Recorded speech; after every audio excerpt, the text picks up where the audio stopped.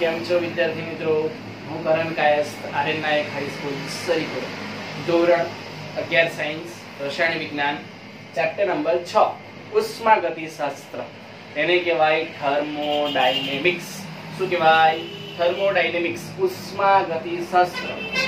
રસાયણ વિજ્ઞાનની દ્રષ્ટિએ જોવા જાય તો દીકરાઓ આ મોસ્ટ આઈએમપી ચેપ્ટર છે, બરાબર. એના પરથી આપણે ઘણી બધી વસ્તુઓ, જે રસાયણ વિજ્ઞાનની કેટલીક પાયા અને સંકલ્પનાઓ છે એ આપણે જાણી શકીએ, બરાબર. એટલે આ ચેપ્ટરને તમે વ્યવસ્થિત સાંભળજો, વ્યવસ્થિત સ્ટડી કરજો, એની નોટ બનાવજો, બરાબર. 100% તમને મજા આવશે. ઓકે, ચાલો.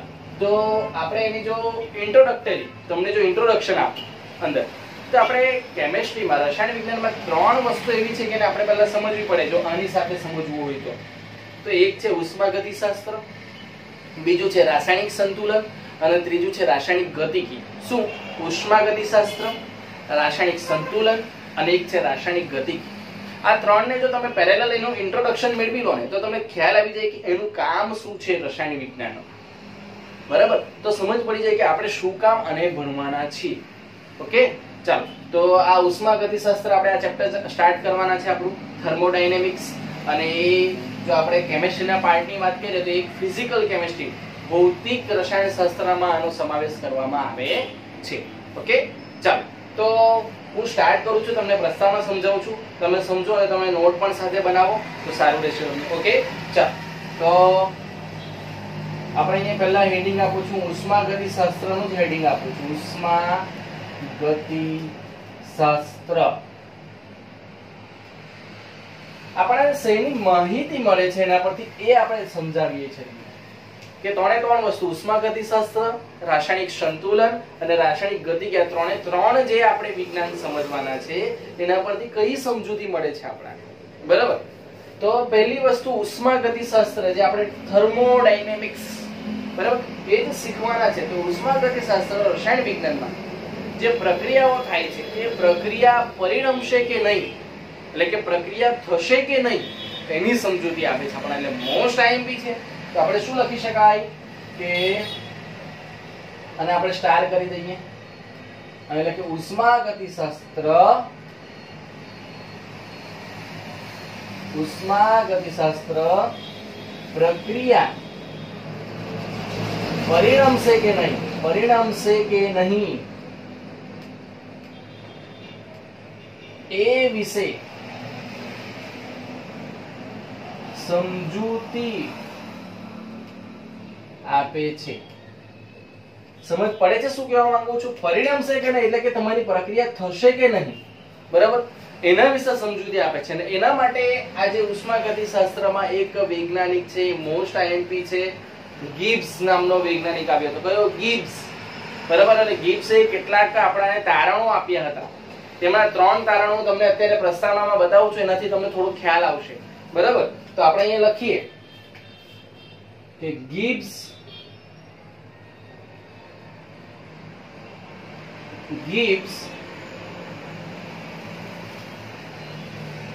ના તારણો પરથી,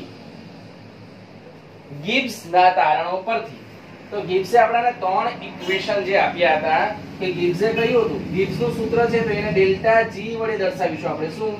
તો આ ડેલ્ટા જી ને કહેવાય ગિબ્સ મુક્ત ઉર્જામાં થતો ફેરફાર. શું કહેવાય? ગિબ્સ મુક્ત ઉર્જા, બરાબર. ગિબ્સની ઉર્જા હોય જી, એને ગિબ્સ પરથી જી એનો જે સંકેત આપવામાં આવ્યો, અને ડેલ્ટા ને ફેરફાર તરીકે. ફેરફાર એટલે શું? તો ધારો કે આપણી પાસે 2 કઈ કન્ડિશન હોય, એક શરૂઆતની કન્ડિશન હોય અને અંતિમ કન્ડિશન હોય, આપણે જાણીએ જ છે. તો અંતિમ માંથી આપણે શરૂઆતનું બાદ કરીએ. તમે જાણો જ છો, આપણે જ્યારે તફાવત મેળવવો હોય તો તફાવત આપણે કઈ રીતે મેળવતા, તમે યાદ કરો.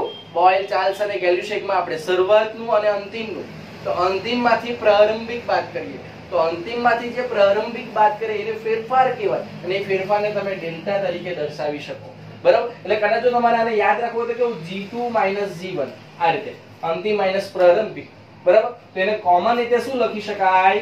ડેલ્ટા જી, ગિબ્સ મુક્ત ઉર્જાનો ફેરફાર, બરાબર. ચાલો.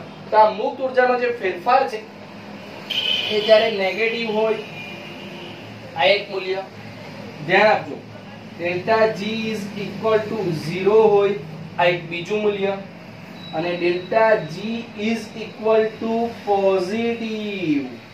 આ ત્રણ મૂલ્યોની વાત કરી હતી ગિબ્સ નામના વૈજ્ઞાનિકે. બરાબર. હવે તમને એના પરથી તારણ પરથી સમજાવો કે જ્યારે ગિબ્સ મુક્ત ઉર્જા delta G is equal to negative ઋણ મૂલ્ય જો તમને મળે તો પ્રક્રિયા આપમેળે થશે. એટલે કે એને કહેવાય સ્વયંસ્ફુરિત. આપમેળે થાય તેને શું કહેવાય? સ્વયંસ્ફુરિત. તો આપણે એ લખી શકાય કે અહીંયા શું જોવા મળે છે? પ્રક્રિયા આપમેળે થશે. પ્રક્રિયા આપમેળે જાતે થશે. આપણે કઈ કાર્ય કરવાની જરૂર નથી. અને એને સાદી એટલે કે કેમિસ્ટ્રીની ભાષામાં એને કહેવાય સ્વયંસ્ફુરિત. સ્વયંસ્ફુરિત પ્રક્રિયા. ક્લિયર થાય છે? એટલે અહીંથી ઓબ્જેક્ટિવ પણ તમને મળી જાય કે જ્યારે delta G is equal to negative એટલે કે જ્યારે ડેલ્ટા જી નું મૂલ્ય ઋણ મળે ત્યારે કયા પ્રકારની પ્રક્રિયા? તો સ્વયંસ્ફુરિત પ્રક્રિયા આપમેળે થશે. ઓકે, ચાલો અહીંયા છે delta G is equal to 0. તો બહુ સિમ્પલ. અહીંયા તો કઈ નહીં આવશે. સંતુલન સ્થિતિમાં પ્રક્રિયા કેવી કહેવાશે? સંતુલન સ્થિતિમાં. સિમ્પલ છે. ચાલો, જે delta G is equal to positive હોય, ધન મૂલ્ય જો મળે તો પ્રક્રિયા આપમેળે થશે નહીં. બરાબર. અહીં શું લખાય? પ્રક્રિયા આપમેળે થશે નહીં. એટલે એને કહેવાય બિન સ્વયંસ્ફુરિત. શું કહેવાય? બિન સ્વયંસ્ફુરિત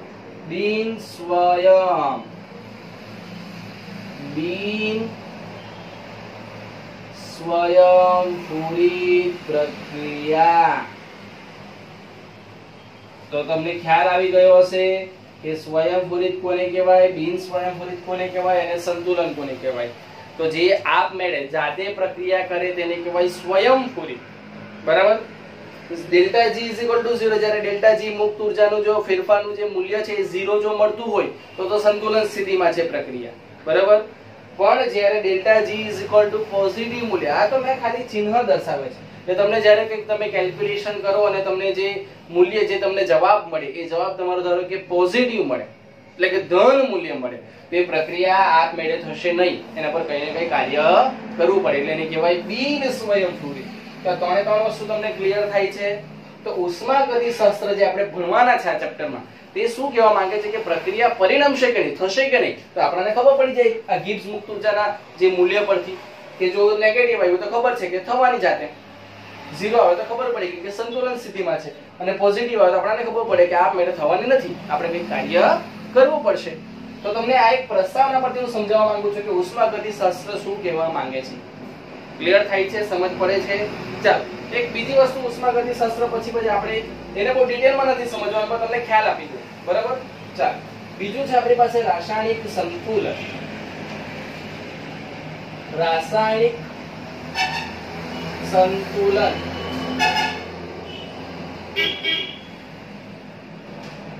તો રાસાયણિક સંતુલન આના પછીનું ચેપ્ટર જ છે આપણું 7મું ચેપ્ટર. રાસાયણિક સંતુલન વિશે જ ભણવાના છે આપણે. પણ આમાં ખ્યાલ આપી દો કે એમાં શું એક જ મિનિટમાં તમને કહું તો પ્રક્રિયા ક્યાં સુધી થશે. બરાબર. રાસાયણિક સંતુલન શું કહે છે? પ્રક્રિયા ક્યાં સુધી આગળ વધશે એ વિશે સમજૂતી આપે છે. ક્લિયર થાય છે? સમજ પડે છે? તો આ રાસાયણિક સંતુલનનો રોલ કે પ્રક્રિયા તમે ચાલુ કરી છે તો ક્યાં સુધી પહોંચશે. બરાબર. સંતુલન છે એટલે પર્ટિક્યુલર સંતુલન સ્થિતિ સુધી પહોંચવાની જ છે. બરાબર. સંતુલન સ્થિતિ ક્યારે? પ્રક્રિયકના મૂળ અને નિપજના મૂળ બંને કેવા થઈ જાય? સરખા થઈ જાય એટલે પ્રક્રિયા કેવી થઈ જાય? સંતુલિત થઈ જાય. બરાબર ને. આપણે મોટે ભાગે જ્યારે સમીકરણ લખીએ છીએ સમીકરણ આપણે શું કરીએ? સંતુલિત કરીએ કે પ્રક્રિયકના મૂળ અને નિપજના મૂળને સરખા કરીએ. બરાબર. તો સંતુલન સ્થિતિ વિશે પર્ટિક્યુલર સમજૂતી આપે છે અને એમાં ઘણું બધું ડિટેલમાં આપણે ભણવાનું છે. પણ એક સિમ્પલ થોટ આપણે મગજમાં જો રાસાયણિક સંતુલનને બેસાડવું હોય તો શું કહેવાય કે ક્યાં સુધી આગળ વધશે પ્રક્રિયા? આ તો પરિણમશે કે નહીં, થશે કે નહીં, આ ક્યાં સુધી આગળ વધશે હવે આપણી પાસે એક પર્ટિક્યુલર જે 12માં તમે ભણશો અને એનું નામ છે રાસાયણિક ગતિકી. શું છે? રાસાયણિક ગતિકી. આ કહેવાય કેમિકલ ઇક્વિલિબ્રિયમ અને ઇંગ્લિશમાં શું કહેવાય? કેમિકલ ઇક્વિલિબ્રિયમ, રાસાયણિક સંતુલન. બરાબર? રાસાયણિક ગતિકી, કેમિકલ કાઇનેટિક્સ. જો ત્રણે ત્રણ વસ્તુ, thermodynamics, chemical equilibrium and chemical kinetics, these three chapters are most important in your 12th science and 11th science. Okay, એટલે બરાબર ધ્યાન આપવાનું છે દીકરાઓ તમારે. આ એક પાયો છે કેમિસ્ટ્રી માં એમ જોવા જાય તો થિયોરિટિકલ. બરાબર? એટલે વ્યવસ્થિત જોજો એને. ચાલો, તો રાસાયણિક ગતિકી શું કહે છે? તો રાસાયણિક ગતિકી એ 12મા ધોરણમાં આ ચેપ્ટર ભણવાનું છે તમારે. બરાબર? તો રાસાયણિક ગતિકી પર્ટિક્યુલર એવું કહે છે કે પ્રક્રિયા કેટલા વેગથી આગળ વધશે, કેટલા ઝડપથી આગળ વધશે એના વિશે સમજૂતી આપે છે. તો આપણે એ પણ લખી દઈએ અહીંયા કે પ્રક્રિયા કેટલા વેગથી, એટલે કે કેટલી ઝડપથી આગળ વધશે એ વિશે સમજૂતી આપે છે. સમજ પડે છે? એટલે પ્રક્રિયા કેટલા વેગ, કેટલી ફાસ્ટ રિએક્શન થઈ, કયા સમય, ધારો કે તમારી એક રિએક્શન ચાલતી હોય, બરાબર, અને 0 સમયે સ્ટાર્ટ કરી છે તમે, તો 5 મિનિટે તમારી પ્રક્રિયા ક્યાં સુધી પહોંચી છે, કેટલી રિએક્શન તમારી થઈ છે, કેટલી પ્રક્રિયા થઈ છે તે તમે જાણી શકો. 10 મિનિટ પછી કે 10 મિનિટના સમય પછી તમારી પ્રક્રિયા કેટલી આગળ વધી છે તે તમે જાણી શકો. તે રાસાયણિક ગતિકી પરથી જાણી શકો. એ તમે સંતુલન અને ઉષ્માગતિશાસ્ત્ર પરથી જાણી શકતા નથી. ક્લિયર થાય છે? એટલે પર્ટિક્યુલર ઉષ્માગતિશાસ્ત્રનો કઈ રોલ છે, રાસાયણિક સંતુલનનો કઈ રોલ છે અને રાસાયણિક ગતિકીનો કઈ રોલ છે. અને ત્રણે ત્રણ ચેપ્ટરને મળીને તમે આખી રિએક્શનને વ્યવસાયિક પ્રક્રિયાને વ્યવસ્થિત રીતે તમે સમજી શકો. અને જો તમે ડિટેલમાં જો મગજમાં ઉતારશો ને તો તમને ખૂબ જ મજા આવશે કે વાહ શું છે. ઓકે, ચાલો, તો ઉષ્માગતિશાસ્ત્રની વાત થઈ ગઈ. Main 3 delta G = negative, 0 and positive. Negative સ્વયંવૃત જાતે થશે, 0 સંતુલન, અને પોઝિટિવ બિન સ્વયંવૃત આપમેળે થવાની નથી, એના પર કોઈ કાર્ય કરવું પડે. ઇન સિમ્પલ કે પ્રક્રિયા પરિણમશે કે નહીં, પ્રક્રિયા થશે કે નહીં એના વિશે સમજૂતી આપે. રાસાયણિક સંતુલન, પ્રક્રિયા ક્યાં સુધી આગળ વધશે, કેટલી ચાલશે પ્રક્રિયા, એના વિશે સમજૂતી આપે. બરાબર? એના પર કેટલાક પરિબળો બધા અસર કરે, આપણે સ્ટડી કરીશું. આ તો એક વાક્યમાં મેં તમને સમજૂતી આપી. આ ચેપ્ટર નંબર 7 તમારે ભણવાનું જ છે. પછી રાસાયણિક ગતિકી તમારે ધોરણ 12 માં ચેપ્ટર નંબર 4 રાસાયણિક ગતિકી ભણવાનું જ છે તમારે. પણ મેં તમને સમજૂતી આપી આના અનુસંધાનમાં કે પ્રક્રિયા કેટલા વેગથી આગળ વધશે, કેટલા ઝડપથી આગળ વધશે, કયા સમયે પ્રક્રિયા તમારો જે વેગ છે એ જાણી શકાય. બરાબર? તો એના વિશે સમજૂતી આપે. તો ત્રણે ત્રણનો સમન્વય છે આપણું એક ફિઝિકલ કેમિસ્ટ્રી, ભૌતિક રસાયણ વિજ્ઞાન. શું? ભૌતિક રસાયણ વિજ્ઞાન, ફિઝિકલ કેમિસ્ટ્રીમાંનો સમાવેશ થાય છે. મોસ્ટ એમપી ટોપિક છે દીકરાઓ. તો આ ઇન્ટ્રોડક્શન હતું. આઈ હોપ તમને સમજ પડી હશે. એટલે વ્યવસ્થિત સમજવાની કોશિશ કરો અને ઉતારી લો. બરાબર? આ તમને સમજ પડી જાય એટલે ઓટોમેટિક તમને ચેપ્ટરમાં સમજ પડતી જશે. અને નેક્સ્ટ લેક્ચર થી આપણે એના થિયરિટિકલ પાર્ટ જે છે આપણો થિયોરેટિકલ પાર્ટ્સ એને આપણે સ્ટાર્ટ કરીશું. ઓકે, ચલો આનો સ્ક્રીનશોટ લઈ લો, વ્યવસ્થિત એને લખી લો, એને સમજો. બરાબર?